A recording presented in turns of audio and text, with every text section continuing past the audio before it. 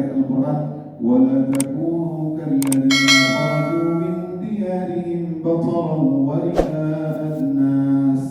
Janganlah kalian keluar seperti orang-orang musyrikin, ya, yang mereka sombong dan berbangga-bangga ingin mengalahkan dan membunuh Nabi Muhammad SAW. Disebutkan dalam sirah Nabawiyah bahwasanya donatur dari orang-orang musyrikin ada 12 orang. Jadi orang-orang muslimin pun kalau dalam peperangan ini ada donaturnya, orang-orang musyrikin pun ada donaturnya. Mereka berjumlah 12 orang. Di antaranya adalah Abbas bin Abdul Muttalib, pamannya Nabi, ini dia terpaksa sebenarnya. Kemudian Uqbah bin Rabi'ah, ya, Abu Walid yang terkenal pada kisahnya yang lalu. Kemudian Harith bin Naufal, Tu'aimah bin Ali, Abu Bakhtari bin Hisham, ini nanti akan masuk Islam di sebagian. Hakim bin Hizam, ya, Nadar bin Haris, ini yang terbunuh nanti sama Hamzah. Abu Jahal bin Hisham, Umayyah bin Khalaf, ya, dan ada beberapa lagi yang lain. Nah, setiap hari dari mereka yanhar kulla yawmin asyratan aw tis'atan minal ibil. Setiap hari mereka menyembelih 10 ekor unta. Jadi setiap hari mereka menyembelih 10 ekor unta. Jadi subhanallah. Jadi sehingga turun ayat Al-Quran, dan orang yang pertama kali menyembelih tak kala mereka dalam perjalanan menuju Badar yaitu Abu Jahal bin Hisham laknatullah alaihi. Allah turunkan surat Al-Anfal ayat 36. Innal ladzina kafaru yunfiquna amwalahum liyasuddu an sabilillah. Sesungguhnya orang-orang kafir mereka juga berinfak di jalan setan tentu, liyasuddu an sabilillah, agar mereka menghancurkan jalan-jalan Allah. Fasayunfiqunaha thumma takunu alaihim hasratan thumma yughlabun. Mereka menafkahkan harta mereka, namun apa yang mereka nafkahkan adalah hasrah, akan menjadi penyesalan mereka di hari kiamat kelak. Hadirin yang dirahmati Allah Subhanahu wa taala, di sini para ulama menyebutkan ternyata tidak hanya orang-orang muslimin saja mereka menafkahi harta mereka, namun ternyata orang-orang non-muslim di luar sana mereka lebih duluan terkadang untuk menyedekahkan harta mereka liyasuddu an sabilillah. Kalau orang-orang muslim untuk menegakkan kalimat Allah, sedangkan orang-orang non-muslim untuk liyasuddu an sabilillah. Ternyata ini terjadi. Kita lihat di zaman tsunami dulu, ya, yang datang duluan ada tujuan-tujuan tertentu, misionaris dan lain-lainnya. Terjadi banjir bandang kemarin, ternyata ada NGO duluan masuk. Ini berbahaya sekali. Harusnya negara-negara Islam lebih melek, lebih cepat tanggapnya, mereka segera. Jangan sampai, ya, sebagian mungkin ada anak-anak yang tidak ada orang tua lagi, akhirnya diambil sama mereka, akhirnya mulailah dikenalkan, ya, walaupun awal-awal pakai baju-baju yang ada tulisan-tulisan yang lain, ini sangat berbahaya sekali. Ada suatu kisah, dulu ada seorang dai dikirim, ya, saya lupa dari negara Arab, dikirim ke suatu daerah yang sangat terpencil, artinya memang tidak ada orang muslim, ya, di sana. Ternyata tak kala dia mendakwahi di daerah terpencil yang tidak ada, makanya pentingnya dai-dai perbatasan sekarang. Ternyata di situ sudah ada seorang misionaris yang sudah lama bertahan. Mereka sabar, tidak lama bertahan di daerah terpencil tersebut, misalkan pergi ke daerah Afrika sebagian. Makanya kita sangat apresiasi, ya, teman-teman jamaah tabligh yang mungkin mereka datang ke negeri-negeri yang tidak pernah kita tahu ada Islam di sana. Mereka kemarin sempat ke Brazil, sempat ke negara-negara yang lain, mungkin menunjukkan Islam. Ya, siapa tahu dengan adanya Islam seperti itu akhirnya mereka beriman. Kan di situ sudah ada misionaris dan mereka sabar dengan mereka menjalankan ibadah mereka. Mereka yakin benar yang mereka lakukan. Mereka sudah duluan di sana. Mungkin dulu puluhan tahun mereka bersabar sehingga menjadi pengikutnya dari dulu 5 orang, 10, 20 sehingga banyak. Maka ini harus dipelajari oleh orang-orang Islam. Hadirin yang dirahmati Allah Subhanahu wa taala, kembali ke kisah, kemudian berangkatlah orang-orang musyrikin menuju Badar. Kita tahu dari Mekah menuju ke Badar itu jarak bisa sampai 300-an kilo, jadi panjang perjalanan. Sedangkan dari Madinah menuju Badar sekitar 120 sampai 130 km. Wa marru fi tariqihim bi Marra Dhahran. Kemudian mereka melewati Marra Dhahran. Marra Dhahran ini satu tempat antara Mekah dan Usfan, ya. Kalau bapak-bapak mungkin pergi Mekah ke Madinah, kalau naik mobil atau travel mungkin bisa tanya supirnya ini Marra Zahran di mana. Kemudian mereka melewati Wadi Usban, lembah Usban. Kemudian mereka kemudian sampai ke Budai. Kemudian sampailah mereka ke Juhfa. Ya, fanazalu biha. Sampai ke Juhfa tersebut mereka istirahat sebentar karena memang perjalanan dulu panjang ya. Artinya naik kendaraan pun nggak seperti kecepatan mobil hari ini. Ya, kalau Mekah Madinah ini kita bisa tancap 100, 120, 130, bahkan 150 pun nggak terasa karena jalannya lurus terus ya, nggak terasa. Kemudian kembali ke kisah Abu Sufyan. Nah, kita ketahui bahwasanya peperangan Badar diawali oleh sesungguhnya orang-orang muslimin ingin menjegat kafilah dagang Abu Sufyan. Ya, oleh karenanya menurut mimpi Atikah dan kemudian pada pertemuan yang lalu kita sebutkan bagaimana Dhamdham ya berteriak di Mekah suruh orang-orang musyrikin untuk mempersiapkan mereka untuk menolong Abu Sufyan. Karena harta-harta dagangan mereka akan dijegat oleh Nabi Muhammad, makanya berangkatlah orang-orang musyrikin sekitar 1.319 orang. Nah, Abu Sufyan adalah orang yang pintar. Dia awal-awal ketika berdagang dari Syam, ketika pulang ke Mekah melalui jalan yang utama, artinya jalan sebelah kanan ya, sebelah kanan dia jalan utama. Maka ketika dia menyuruh Dhamdham untuk menyebarkan berita ke orang-orang Mekah, maka dia menunggu Dhamdham. Namun Dhamdham lama sampai. Tak kala itu langsung dia mengambil keputusan, dia pergi ke sebuah mata air di dekat Badar. Maka tak kala itu dia berjumpa dengan Majdi bin Amr ya Al-Juhani. Maka dia bertanya kepada Majdi, "Wahai Majdi, hal ahsasta ahadan min uyuni Muhammad?" Apakah kamu melihat ada mata-mata Muhammad di sini? Ya, ada orang-orang dari Muhammad. Kata Majdi tersebut, yang kita Arab Badui, "Wallahi ma ra'aitu ahadan ukiruhu."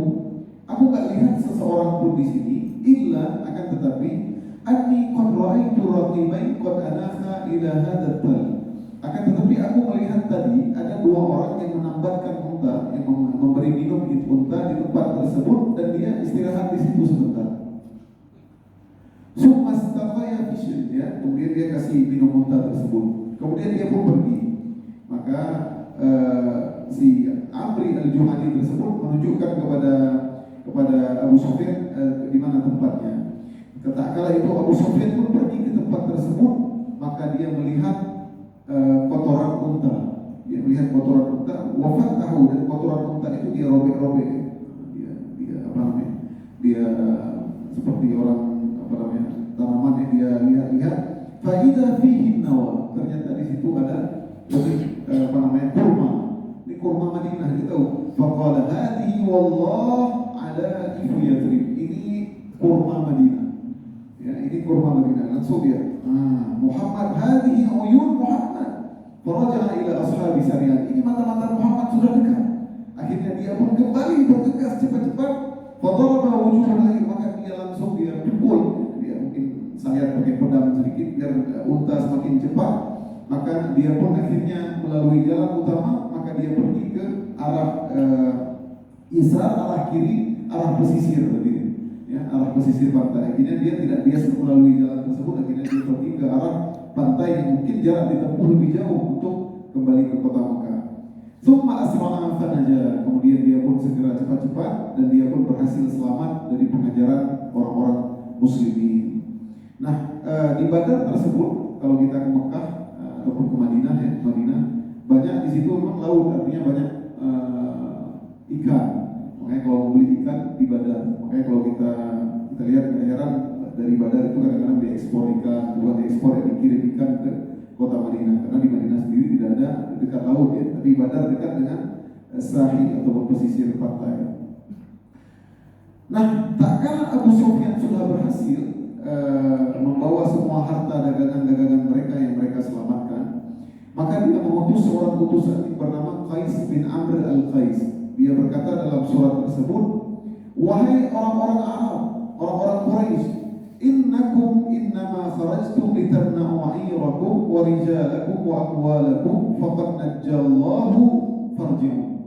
Sesungguhnya kalian keluar dari rumah kalian hari ini untuk menahan si Muhammad dan orang-orangnya, maka kembalilah ke Mekah karena sesungguhnya sesungguhnya Allah telah selamatkan kami. Nabi bilang Allah.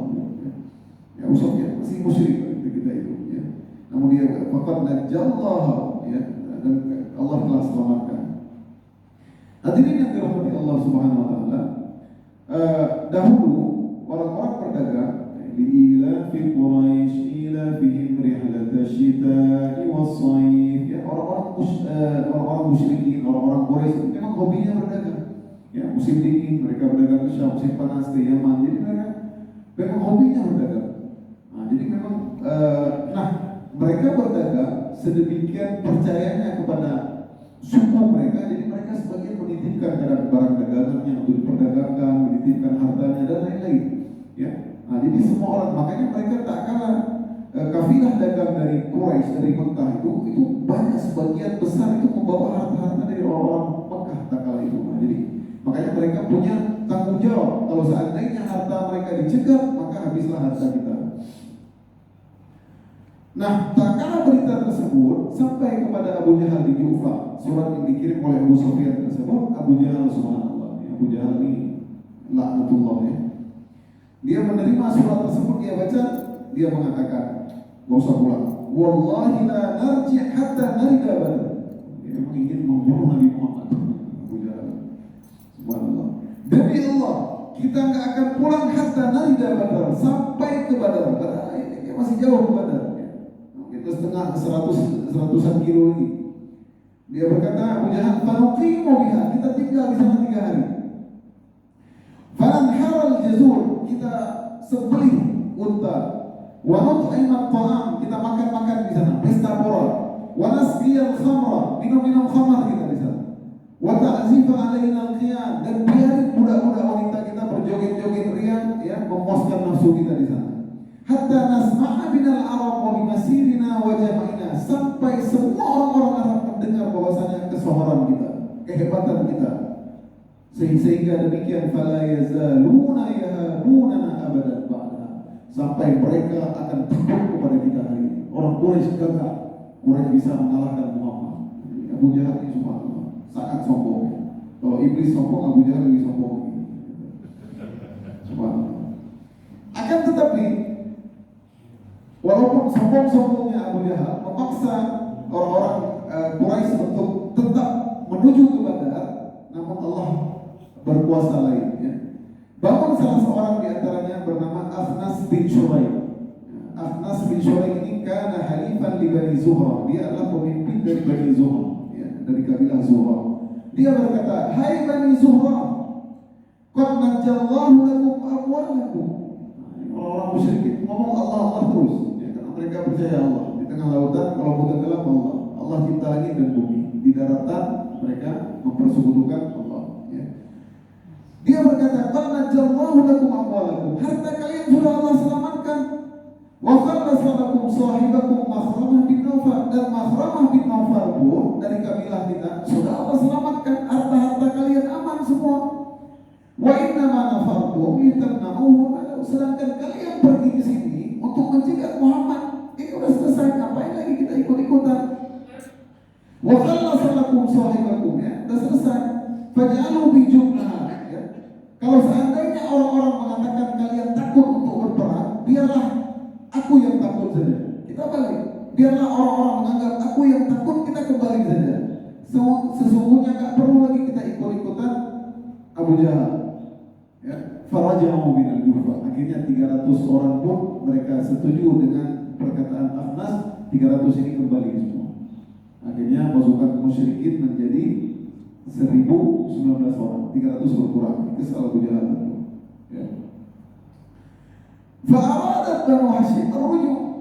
Ya, Bani Hashim, ya, kakek anak-anaknya Bani Hashim, ya, keluarga Nabi Muhammad, mereka ingin balik juga, ya. Terpaksa. Namun Abu Jahal langsung mengatakan, enggak ada balik-balik.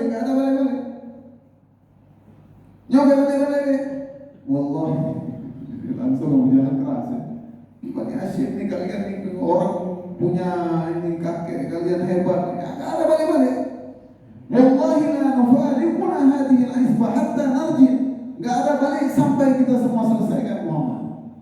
Akhirnya terpaksa Abbas pamannya Nabi kemudian sepupu-sepupunya Nabi Aqil, Talib bin Abi Talib, mereka semua terpaksa untuk ikut berperang ya.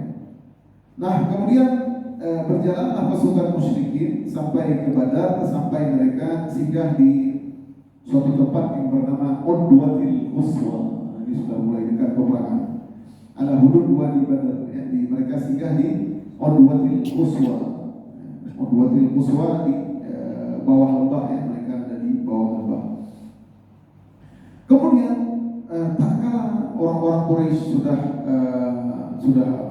mereka sudah sampai di situ, maka Nabi SAW juga tidak mengetahui ilmu gaib, artinya kecuali Allah beritakan, kecuali diberitakan oleh malaikat Jibril. Namun Nabi sebagai artinya manusia, juga manusia biasa, artinya Nabi membuat istisyariyah.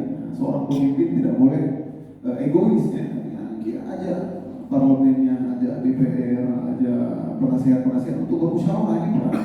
Nabi paling mulia, Nabi tahu sesuatu, Nabi hebat, ya Nabi aja musyawarah juga.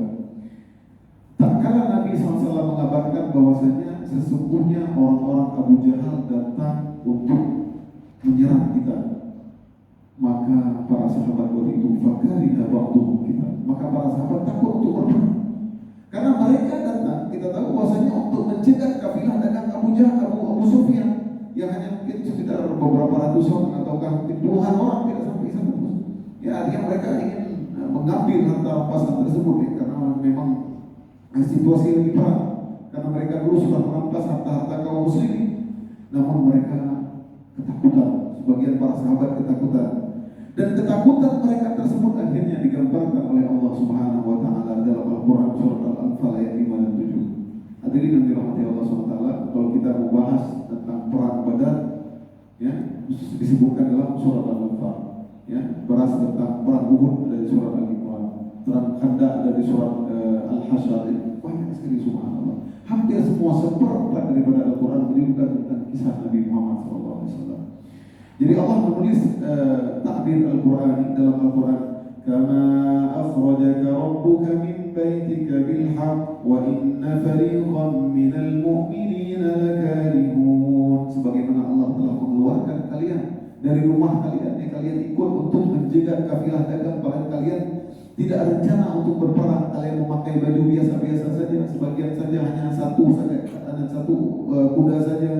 Ya, sebagian orang-orang mukmin mereka merasa karibun, terpaksa. Yujadilunaka fil haqqi ba'dama tabayyana ka'annama yusaquna ila al-maut wa hum yanzurun. Mereka mendebatmu wahai Muhammad. Para sahabat akhirnya mereka protes mendebat Nabi Muhammad. Mereka seolah-olah enggak mau berperang. Ka'annama yusaquna ila al-maut. Seolah-olah mereka digiring atau diarahkan menuju kematian. Jihad. Takut mereka. Dan para sahabat yang imannya kuat, mereka takut berperang. Ya, apalagi kita ya, perang Palestina sekarang dari Mesir 500 orang anak muda. Belum tentu berani ya, belum tentu. Ya, subhanallah. Wahum yang turunnya mereka menunggu kematian. Padahal Allah Subhanahu Wa Taala telah memberikan mereka janji. Wa idh ya'idukumullahu ihda at-ta'ifatayn annaha lakum wa tawadduna anna ghayra dhati syawkati takunu lakum. Padahal Allah sudah menjanjikan kemenangan kepada kalian. Ihda at-ta'ifah, kemenangan kalau misalkan ketemu Abu Sufyan kalian menang, ketemu Abu Jahal kalian menang. Allah dah, ya itu udah turun wahyu. Mereka takut. Wa tawadduna anna ghayra dhati syawkati takunu lakum. Tapi kalian mau sebenarnya ketemu Abu Sufyan saja, karena enggak banyak, enggak perlu perang, mereka lemah. Kita juga harta dagangan banyak. Namun Allah menginginkan yang lain. Wa yuridullahu an yuhiqqal haqqa bi kalimati. Allah ingin kalimat tauhid tegak. Wa yaqta'a dabiral kafirin, dan menghancurkan orang-orang kafir. Ternyata terkadang apa yang kita inginkan belum tentu baik, namun Allah inginkan pasti kebaikan buat hamba-hambanya. Apapun yang Allah inginkan terkadang baik, ya bukan terkadang baik, Allah inginkan pasti baik, karena inilah yang terbaik. Asa an takrahu syai'an wa huwa khairul lakum. Boleh jadi yang kalian benci tapi ada kebaikan-kebaikan yang luar biasa. Dalam ayat yang lain, asa an takrahu syai'an wa yaj'alallahu fihi khairan كثيرا. Boleh jadi yang kalian nggak suka sebenarnya itu terjadi. Ya. Apapun terjadi, hilangnya harta, kelaparan, hilangnya keluarga dan lain-lain. Ya, boleh jadi itu ada kebaikan. Seperti kisah bagaimana Nabi Khidir, ya, dibunuh anak tersebut. Nabi Musa nggak sabar. Namun kalau anak itu lahir, dia akan memaksakan orang tuanya kafir kepada Allah SWT. Banyak hal yang terjadi, tapi Allah Maha tahu. Bagaimana kita nggak suka anak kita untuk nonton Nabi terus-terusan, mereka nggak tahu. Ya, mereka maunya HP, main game. Tapi kita lebih tahu dia buruk bagi dia semua. Mata dia akan menjadi anak yang mungkin cepat marah kalau sering-sering dikasih HP. Jadi Allah lebih tahu. Ya asa antar kau. Nah, hadirin yang dirahmati Allah SWT, orang-orang muslimin tak kala itu mereka ingin sebagai harta Abu Sufyan itu. Nah, bayangkan kalau seandainya tidak ada perang Badar, maka hari ini tidak ada pengajian perang Badar. Badri, nggak ada perang yang heroik, tidak ada perang Badar, tidak ada pengajian kita perang Badar, belum selesai, udah 30 tahun belum selesai. Kalau tidak ada perang Badar, maka tidak ada hebatnya Islam, tidak ada luar biasa, tidak ada campur tangan malaikat berperang. Salah satu peperangan di antara malaikat yang ikut perang adalah perang Badar. Bagaimana mereka dinamakan Badri, bagaimana Allah ampunkan dosa mereka. Dan ini menjadi sejarah Islam yang luar biasa. 300 kalahkan 1000 orang. Nah itulah, asa an takrahu syai'an wa fahuwa khairul lakum. Nah, oleh karenanya inilah perang menguatkan akidah dan tauhid, ya, bagaimana akhirnya Allah menginginkan perang. Bahkan nanti turunnya ayat, ya, bagaimana Allah, karena kalau seandainya mereka berperang akan terjadi perang. Kalau mereka tidak akan terjadi, tapi Allah menginginkan terjadinya peperangan. Nah, tak kala itu pasukan muslimin Nabi Muhammad SAW pergi dengan Abu Bakar untuk mengecek situasi dan maka tak kala itu dia bertanya kepada para sahabat, ini yang kita ketemu justru kebalikan, bukan ketemu Abu Sufyan. Abu Sufyan sudah lolos, sudah selesai, ya, sudah menuju ke Makkah. Kita ketemu sama Abu Jahal. Abu Bakar menguatkan, siap Rasulullah, laksanakan, lanjut. Umar bin Khattab berkata, ya Rasulullah, innaha Quraisy wa izzuha. Itu yang datang orang-orang Quraisy dengan segala kesopanan mereka. Wallahi ma zallat mundu azad. Quraisy ini orang yang sangat mulia sebelum dan mereka tidak mulia setelah itu. Wala amanat mundu kafarat, dan mereka tidak pernah beriman semenjak mereka kufur kepada Allah. Wallahi la tuqatilannak, demi Allah mereka akan menyerangmu wahai Nabi Muhammad. Fata'ahabbat lidzalika uhbata. Maka siapkanlah pasukan wahai Muhammad, persiapkanlah Nabi Muhammad, kita akan segera bersama-sama menyerang mereka. Nabi semangat. Abu Bakar siap, ya, ada teman-teman yang paling dekat Nabi. Abu Bakar siap.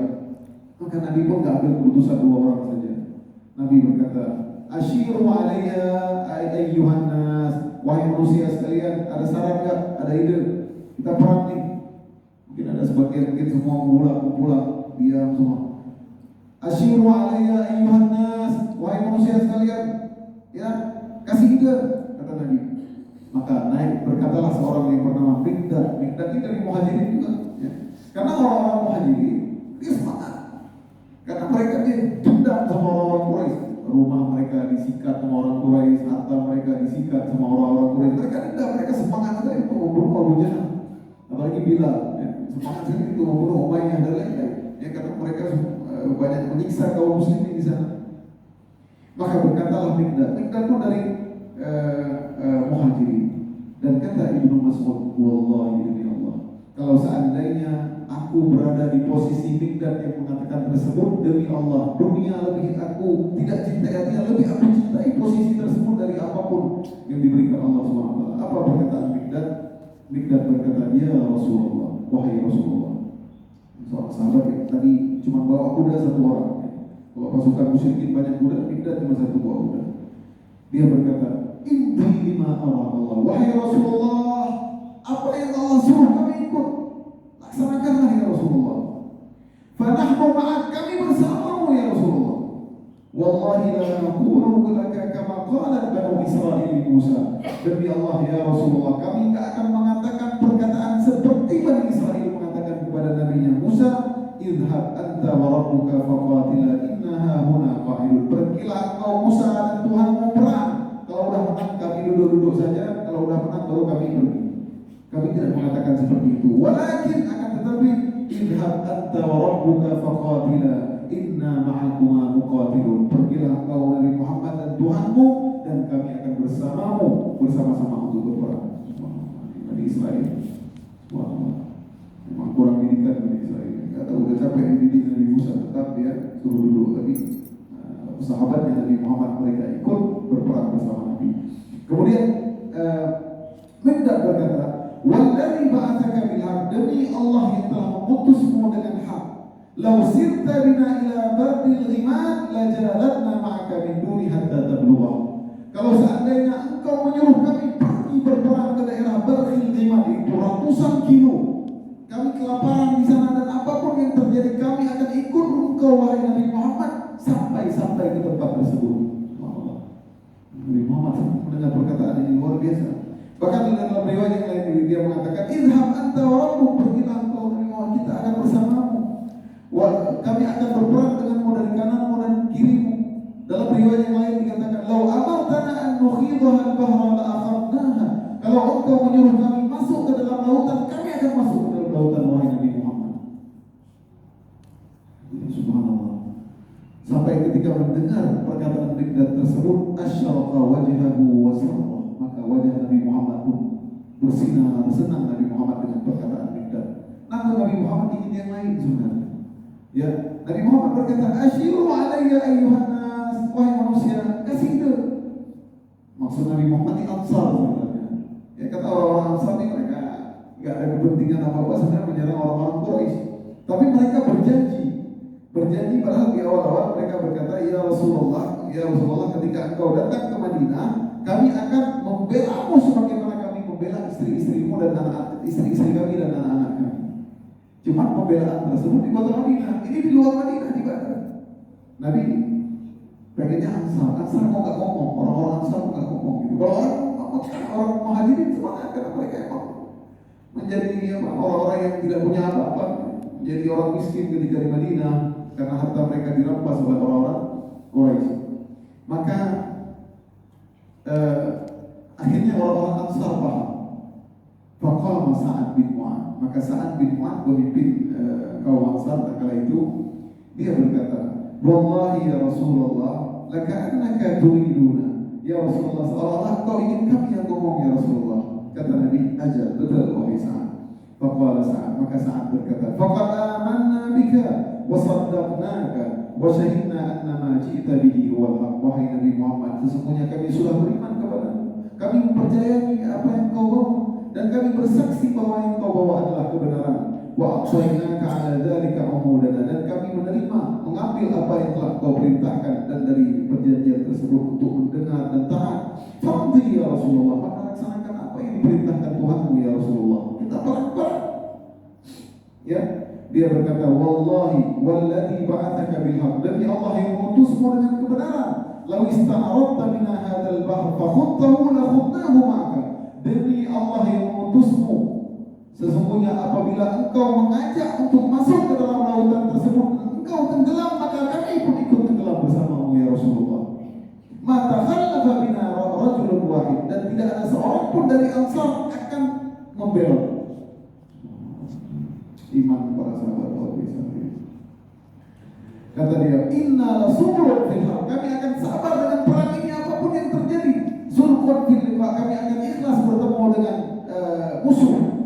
Fasirna bina ala barakatillah, maka ayo kita berperang dengan keberkahan Allah SWT. Karena ketakutan 300 lawan 1000. Tapi mereka belum tahu lagi, tapi pasti mereka akan tahu bagaimana Abu Jahal mempersiapkan pasukan-pasukan mereka. Maka mendengar perkataan saat tersebut, maka gembiralah Nabi Muhammad SAW, karena Ansar pun akhirnya terwakili oleh Sa'ad bin Mu'adz. Sa'ad yang kita katakan pada pertemuan yang lalu, bagaimana dia temannya Umayyah bin Khalaf. Ya. Dia memaki-maki Abu Jahal kalau dia tawaf, ya, atau singkat, ya.